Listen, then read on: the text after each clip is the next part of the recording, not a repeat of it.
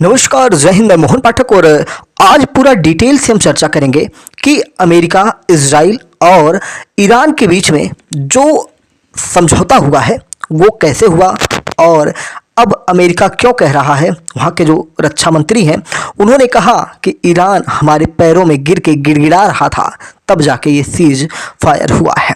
क्या है सब मामला और पाकिस्तान किस प्रकार से एक उभरता हुआ चेहरा निकल के सामने आया जो सीज फायर कराने का कहीं ना कहीं क्रेडिट ले बैठा है, और ये क्रेडिट अमेरिका ने भी देने की कोशिश की। खैर, हम उस पर भी चर्चा करेंगे कि कैसे अमेरिका पाकिस्तान का यूज किया, यानी कि पाकिस्तान के प्रधानमंत्री का जो ट्विटर हैंडल है जहां से वो पोस्ट करके सारी सूचनाएं अपने देश को और पूरी दुनिया को देते हैं, उस पर एडिटेड मैसेज आए, ड्राफ्ट वाले मैसेज आए, लाइन एडिट करके हटाई गई। वो सारी चीज़ों पर हम चर्चा करेंगे कि सिर्फ अमेरिका दुनिया को दिखाने के लिए एक चेहरा था कि भैया अमेरिका जो है पाकिस्तान के कहने पे ये कहीं ना कहीं मीडिएटर का काम पाकिस्तान किया है, लेकिन काम अमेरिका ही कर रहा था, यानी कि उनके ट्वीट जो है अमेरिका के द्वारा ही किए जा रहे थे।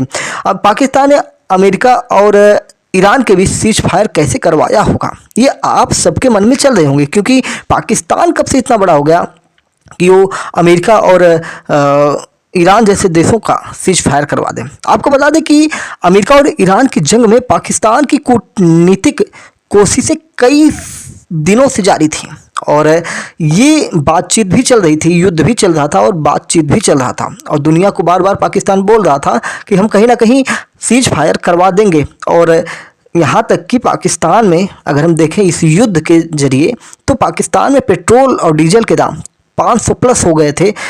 आपके डीजल के दाम तो 525 रुपये के आसपास थे, और हम पेट्रोल की बात करें तो 450 रुपये, 457 रुपये, 460 रुपये, लगभग 450 रुपये पेट्रोल था, यानी कि पेट्रोल से महंगा डीजल हो चुका था इस समय पाकिस्तान में।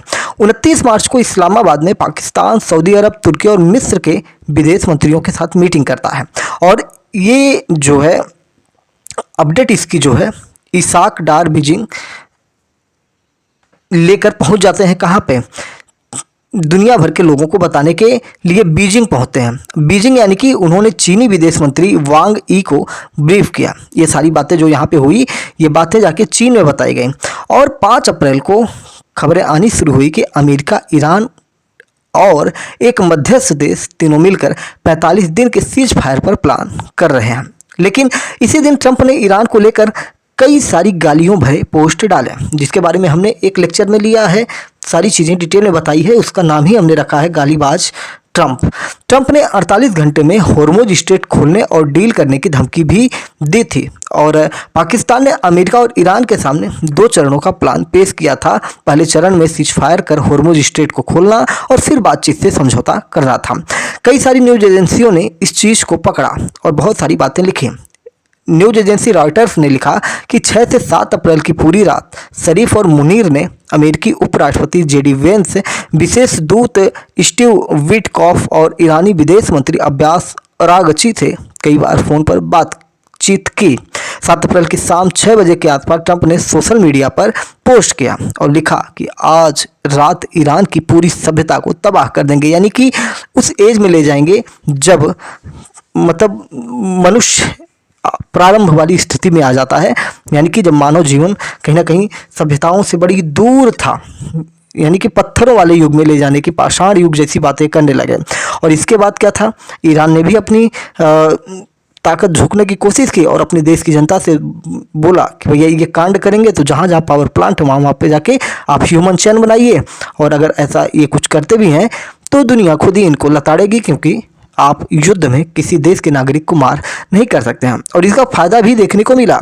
ईरान की जनता सड़कों पर उतरी, और ईरान के जो खामनेई हैं उन्होंने भी ये कहा कि अगर ज़रूरत आई तो हम खुद सड़क पर निकलेंगे और आप लोगों के बीच में खड़े रहेंगे। कहीं ना कहीं देशभक्ति का जज्बा इसमें देखने को मिल गया। जिस देश की सरकार को पलटने का दावा ट्रंप कर रहे थे और जनता को इसके विरुद्ध भड़का रहे थे, ट्रंप की कोशिशें इतनी हुई कि युद्ध में बदला, और फिर उसके बाद जो देश की जनता अपनी सरकार के खिलाफ जाने वाली थी, वही जनता अब सरकार के साथ खड़ी हो गई।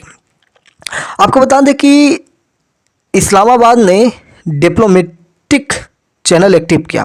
उन्होंने ईरान को बताया कि सीज फायर का डिप्लोमेसी से मसला सुलझाना ठीक रहेगा और अमेरिका से कहा कि तेहरान बातचीत करने और हॉर्मुज स्ट्रेट खोलने के लिए तैयार हो जाएगा। पूरे वाकये में चीन की वाइल्ड कार्ड एंट्री होती है। 3 ईरानी अधिकारियों ने बताया कि चीन ने आखिरी वक्त पर ईरानी लीडरशिप से बात की और सीज फायर करने का दबाव बनाया। दरअसल चीन पहले ही कह चुका था कि अगर जंग खिंचती रही तो वो ईरान से ज़्यादा दिन तक तेल नहीं खरीद पाएगा, क्योंकि भाई साहब तेल खरीदने से ईरान को पैसा मिलेगा और युद्ध की स्थिति बढ़ेगी। और अब चाइना की अगर हम बात करें तो चाइना भाई ऐसा देश है जहां बताया जाता है कि मुसलमानों को टोपी तक नहीं पहनने दिया जाता, जो उनका टोपी होता है। मस्जिदों में माइक नहीं बज सकते हैं, कहीं पे नमाज नहीं पढ़ सकते हैं, तो ये सारी चीज़ें प्रतिबंध हैं। और ईरान भी एक मुस्लिम देश है, तो इस चीज़ को भी लोग एक तरीके से कह रहे हैं कि ईरान का बहुत ज़्यादा चीन समर्थन नहीं कर रहा था और कह रहा था भैया कि युद्ध को ख़त्म करो, नहीं तुम तेल वोल आपसे लेने वाले नहीं है। बहुत सारी चीज़ें थी, बहुत सारे आर्टिकल्स में बहुत तरह तरह की बातें हो रही हैं, बहुत सारी मीडिया डिबेट्स में बहुत तरह की बातें हो रही हैं।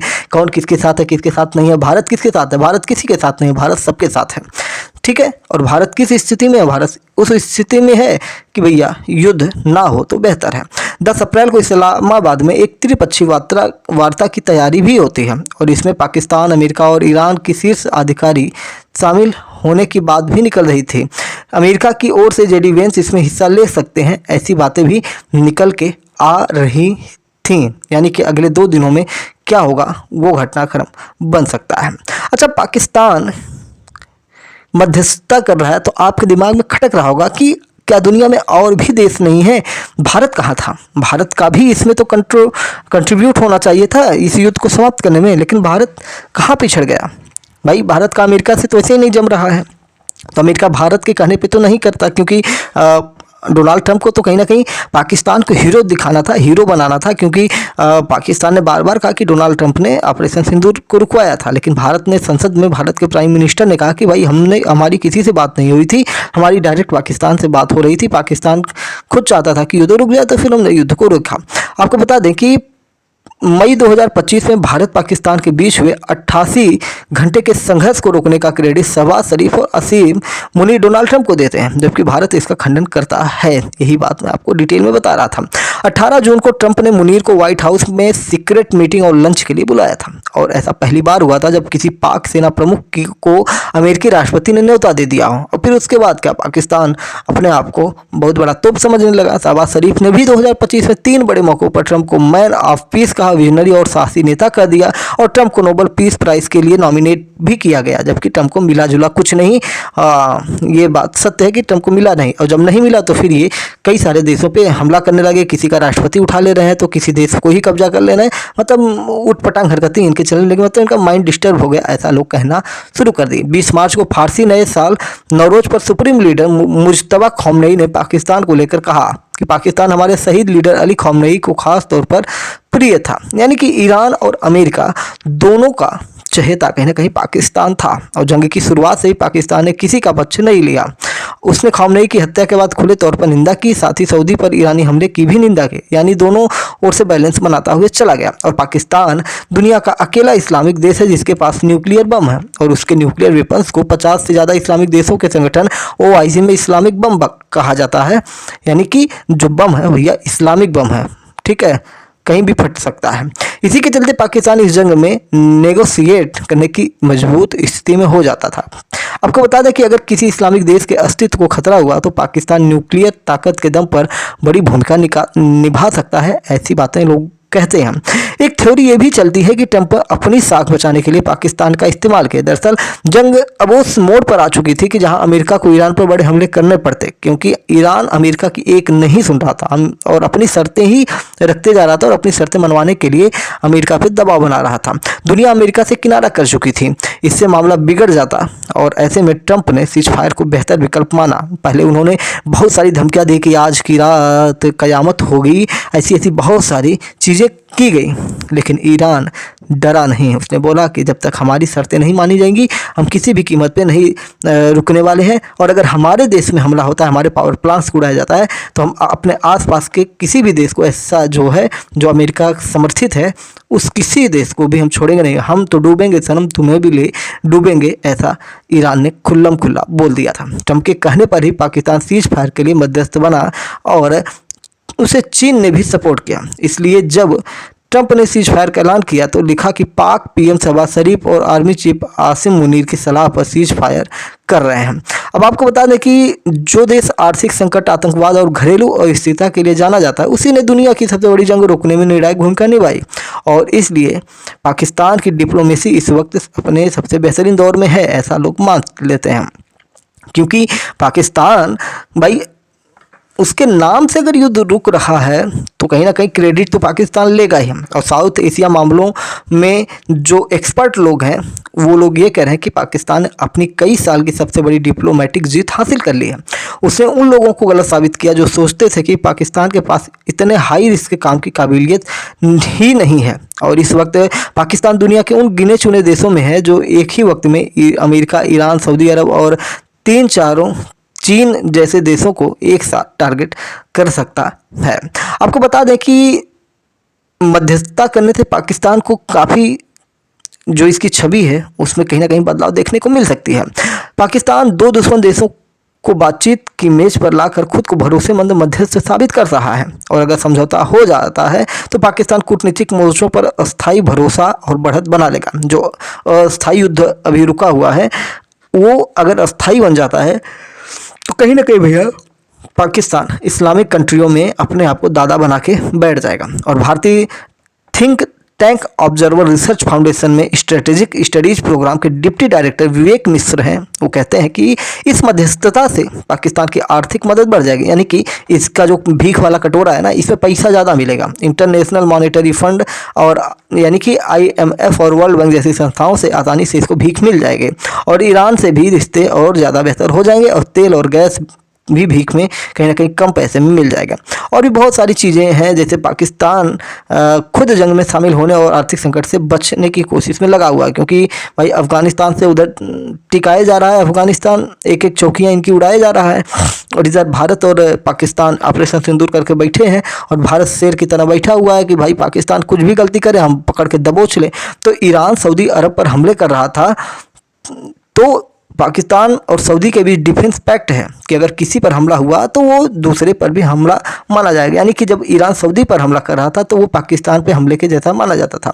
इसके चलते पाकिस्तान भी जंग में कूदना पड़ता है, जिससे वो बचना चाहता था, और जंग के कारण पाकिस्तान की माली हालत और बिगड़ती जाती है, और पेट्रोल की कीमत जो 460 और 520 डीजल है पाकिस्तानी रुपए प्रति लीटर तक पहुँच गया है, और कच्चे तेल जैसे गैस की किल्लत हो रही थी। ऐसे में जंग रुकने से पाकिस्तान में जो भुखमरी के हालात पैदा हो चुके थे उसमें राहत मिल जाएगी। खैर, जंग रुकने से भारत को भी फायदा होगा, ऐसा नहीं है, लेकिन पाकिस्तान का नाम बहुत ज़्यादा इस समय इंटरनेशनल लेवल पे छाया हुआ है। तो भारत इंटरनेशनल लेवल पर पाकिस्तान को अलग थलग करने की स्ट्रेटजी अपनाता आया है, जिसमें वो कई बार सफल भी हुआ है। लेकिन अब पाकिस्तान जो मध्यस्थता वाली भूमिका से इस नैरेटिव था भारत का, इसको झटका लग सकता है।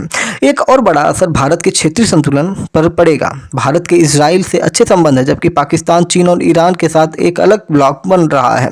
अगर ये कामयाब हुआ तो मिडिल ईस्ट में उसकी पकड़ मजबूत हो सकती है, और इसका असर भारत ईरान के रिश्तों पर भी पड़ सकता है। भारत ने ईरान में चाबहार पोर्ट पर अरबों रुपए लगाए ताकि पाकिस्तान को बाईपास कर मध्य एशिया तक पहुँच जाए, लेकिन जब पाकिस्तान ही तेहरान और वाशिंगटन के बीच शांति दूत बन गया है तो भारत की यह पूरी रणनीति कहीं ना कहीं बेअसर हो सकती है, ऐसे एक्सपर्ट की भावनाएं निकल के आ रही हैं। फॉरेन पॉलिसी में छपे एक एनालिसिस में कहा गया है कि भारत के लिए यह हजम करना मुश्किल है कि वह अमेरिका के लिए उतना ज़रूरी नहीं है जितना वह समझता था। ट्रंप तत्काल ज़रूरतों के आधार पर अपनी प्राथमिकताएं बदलने में नहीं चूकते। अगर मुनीर ईरान से डील करा सकते हैं तो ट्रंप उन्हें इनाम देने से नहीं चूकेंगे। और कांग्रेस ने भी केंद्र सरकार की विदेश नीति पर सवाल उठाए हैं। पाकिस्तान की मध्यस्थता को भारत के लिए मिसिंग चांस की तरह देखा जा रहा है, क्योंकि भारत को भाई इसमें कहीं ना कहीं कंट्रीब्यूट करना चाहिए था, भारत को आगे आना चाहिए था और युद्ध रोकने में कहीं ना कहीं एक भूमिका निभाना चाहिए था। कई मौकों पर भारत की बैलेंस पोजीशन और न्यूट्रल स्ट्रेटजी भी काम नहीं आई।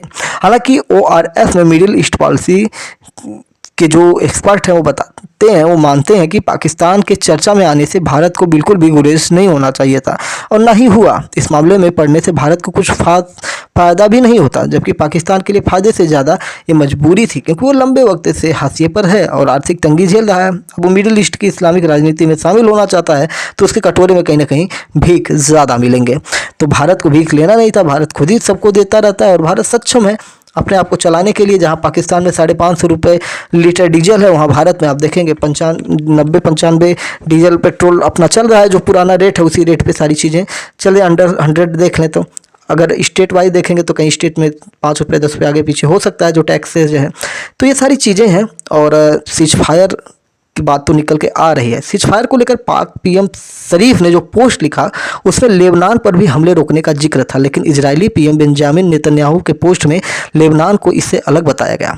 यानी इजराइल लेबनान पर हमला कर सकता है। अगर 14 दिन के सीज फायर के बाद भी मामला बेनतीजा रहा तो अमेरिका या तो खुद या फिर इजराइल को आगे कर ईरान पर हमले जारी रख सकता है। यानी कि जो 14 दिन का सीज फायर है, इसके बाद देखने वाली बात होगी कि क्या युद्ध होता है या यहीं से मामला शांत हो जाता है। यानी कि ईरान अमेरिका के बीच अब मिलिट्री एक्शन के बजाय कूटनीतिक रास्ता भी जुड़ जाएगा और दोनों देशों के बीच भरोसे की कमी तो है। ट्रंप मिड टर्म इलेक्शन और पेट्रोल के बढ़ते दाम से जूझ रहे हैं। शायद वे अस्थायी समझौते कर लें, लेकिन साल के आखिर में वे अस्थायी हल्की मांग करने लगेंगे। इससे फिर भी लड़ाई भड़कने की आशंका बढ़ जाएगी और ईरान भी अपनी मांगों पर अड़ा रहा है, क्योंकि वो चाहता है ईरान कि जो चीज़ें हैं, यानी कि जो सारी चीज़ें हमारे ऊपर कहीं ना कहीं प्रतिबंध लगाए गए हैं वो सारे रुके जाएं। हॉर्मुज स्ट्रेट से हमें जो चीज़ें हैं टैक्स वगैरह वो सब मिलते रहें। तो ये सारी चीज़ें हैं। लेकिन इसी बीच अभी कुछ ही टाइम पहले अमेरिका के रक्षा मंत्री जो पीट हेगसेथ थे, उन्होंने दावा किया कि ईरान की जो लीडरशिप थी वो सीज फायर के लिए हमसे भीख मांग रही थी, क्योंकि उसके पास कोई रास्ता ही नहीं बचा था। उन्होंने ये भी कहा कि अब किसी भी हालत में ईरान को परमाणु बम बनाने नहीं दिया जाएगा। हेगसेथ जो रक्षा मंत्री हैं अमेरिका के, उन्होंने कहा कि हॉर्मुज स्ट्रेट खुला है और जहाज वहाँ से गुजरते रहेंगे। अमेरिका और ईरान की सेनाएं इस इलाके पर नज़र रखे हुए हैं। ट्रंप के पास इतनी ताकत थी कि वो चाहे तो कुछ ही मिनटों में ईरान की पूरी अर्थव्यवस्था ठप कर सकते हैं, लेकिन उन्होंने ऐसा नहीं किया। इससे पहले राष्ट्रपति ट्रंप की जो चेतावनियां थी, उन्होंने उसमें यह कहा कि कोई देश ईरान को हथियार देगा तो उस पर हम 50% टैरिफ लगाएंगे और यह फैसला तुरंत लागू होगा और इसमें कोई छूट नहीं दी जाएगी। और अमेरिका और ईरान के बीच 40 दिन बाद 2 हफ्ते के सीज फायर पर जो सहमति बनी है, ट्रंप ने बताया कि यह फैसला पाकिस्तानी PM शहबाज शरीफ और आर्मी चीफ की अपील के बाद लिया गया है। तो ये सारी चीज़ें हैं। ईरान का अमेरिका को जो 10 पॉइंट प्लान है उसकी अगर हम बात करें तो अमेरिका और इजराइल से सभी सैन्य हमले खत्म करने की मांग ईरान की तरफ से की गई है। सभी आर्थिक प्रतिबंध हटाने की शर्त रखी गई है, यानी कि जितने भी सैंक्शन लगे हुए हैं उन सब चीज़ों को हटा दिया जाए। फ्रीज किए गए एसेट्स वापस मिलें, यानी कि अपने सभी फ्रीज फंड और संपत्तियां वापस देने की मांग कर रहा है। सिर्फ सीज फायर नहीं बल्कि युद्ध पूरी तरह खत्म करने की शर्त भी ईरान की तरफ से रखी गई है। जंग का अस्थायी अंत हो जाए और अमेरिकी जो सेना आसपास मिडिल ईस्ट में मौजूद है, ईरान ने कहा कि भैया अमेरिकी सैन्य ठिकानों से सेना हटा लिए जाएं, ये भी हमारी मांग है। और जंग में हुए नुकसान के लिए आर्थिक मुआवजा या पुनर्निर्माण की व्यवस्था भी ईरान ने मांगी है, यानी कि नुकसान की भरपाई की बात करें। ईरान ने हॉर्मुज स्ट्रेट पर अपना नियंत्रण बनाए रखने की भी शर्त रखी है। हॉर्मुज स्ट्रेट पर कंट्रोल ईरान का ही रहे, ऐसी इसकी शर्त में है। सुरक्षित आवाजाही, लेकिन शर्तों के आधार पर जहाज़ों को हॉर्मुज से गुजरने की अनुमति होगी, लेकिन यह ईरानी सेना के समन्वय में होगी। इसी तरह 9वें पॉइंट में उसने कहा है कि ईरान हर जहाज़ से करीब $20 लाख फीस लेगा, जिसे ओमान के साथ शेयर भी किया जाएगा, यानी कि प्रति जहाज़ फीस का प्रस्ताव भी रखा गया है। लेबनान में हिजबुल्लाह पर हमले समेत क्षेत्रीय तनाव खत्म करने की मांग भी किया गया है, यानी कि क्षेत्रीय संघर्ष भी खत्म करने की बात ईरान के द्वारा अमेरिका से की गई है। इसकी अपनी मांगे हैं। तो ये सब चीज़ें हैं। ईरान हॉर्मुज स्ट्रेट से गुजरने वाले तेल के जहाज़ों से हर बैरल पर $1 टैक्स लेने की योजना बना रहा है। ये जो अब प्रेजेंट में अपडेट निकल के आ रही है और भुगतान क्रिप्टो करेंसी में करना चाहता है। और यह खबर फाइनेंशियल टाइम्स में जो उसके सूत्र उसके हवाले से मीडिया की सुर्खियां बन रही है। ईरान इस रास्ते से गुजरने वाले हर जहाज पर नज़र रखेगा और कंट्रोल करेगा। जहाज़ों को पहले अपने माल की जानकारी देनी होगी जो उसके पास कार्गो होंगे, उसके बाद ही आगे जाने की इजाज़त होगी। ईरान के अधिकारी हामिद हुसैनी ने कहा है कि यह इसलिए किया जा रहा है ताकि 2 हफ्तों में हथियारों की आवाजाही न हो सके। उन्होंने कहा कि जहाज़ों को जाने दिया जाएगा लेकिन प्रोसेस में समय लग सकता है क्योंकि ईरान किसी जल्दी में नहीं है, क्योंकि भाई साहब पता चले किसी और सामान के बहाने हथियार पहुंचाए जा रहे हैं और वही हथियार ईरान के खिलाफ यूज किए जाएं। इस प्लान के तहत जहाज़ों को ईमेल के जरिए अपने कार्गो की जानकारी देनी होगी। इसके बाद ईरान टैक्स तय करेगा जो हर बैरल पर $1 होगा और इसे बिटकॉइन जैसे डिजिटल करेंसी में देना होगा। और खाड़ी में जहाज़ों को चेतावनी दी गई है कि अगर कोई बिना अनुमति के गुजरने की कोशिश करेगा तो उस पर हमला किया जा सकता है। ईरान के साथ मिलकर होर्मुज को सुरक्षित करेंगे डोनाल्ड ट्रंप, ऐसी बातें अमेरिका से निकल के सामने आ रही हैं। दुनिया में तेल की सप्लाई का बेहद अहम रूट होर्मुज स्ट्रेट है और इसके आसपास बात करें तो कतर, यूएई, सऊदी अरब, ओमान, ये सारे देश हो जाते हैं और अरब सागर कहीं ना कहीं इसी से लगा हुआ है। ओमान की खाड़ी की बात करें तो भारत को यहाँ से बहुत ज़्यादा व्यापार किया जाता है और दुनिया का लगभग 20% तेल गैस वगैरह यहीं से आयात और निर्यात होते रहे हैं। तो उम्मीद है कि अब तक जो चीज़ें हमने आपको डिटेल में बताने की कोशिश की वो सारी चीज़ें आपको पता चल चुका होगा। लेकिन हमने जो बोला था कि लेबनान पर इजराइल हमला कर सकता है, उसके लिए बड़ी अपडेट निकल के आ रही है। लेबनान में इजराइल ने हमला कर दिया है और इसमें कम से कम 100 लोगों की मौत की खबर निकल रही है और हजारों लोग घायल हो चुके हैं और ये जानकारी लेबनान के स्वास्थ्य मंत्रालय ने दी है। इजराइल ने कहा था कि उसका अब तक पूरा टारगेट लेबनान है। इजराइल ने अब तक का सबसे बड़ा ज्वाइंट मिलिट्री ऑपरेशन किया है जिसमें देश के कई हिस्सों को निशाना बनाया गया। ईरान ने चेतावनी दी है कि अगर इजराइल ऐसे ही लेबनान पर हमले करता रहा तो वह सीज फायर तोड़ सकता है। इससे पूरे इलाके में तनाव और बढ़ सकता है, यानी कि अभी पिक्चर बाकी है। तो चैनल पर नए तो चैनल को सब्सक्राइब करके daily current affairs news analysis के लिए हमारे साथ जुड़ सकते हैं और अपने दोस्तों में भी वीडियो को शेयर कर सकते हैं। अपने विचार कमेंट बॉक्स में बता सकते हैं। जय नमस्कार, भारत माता की जय।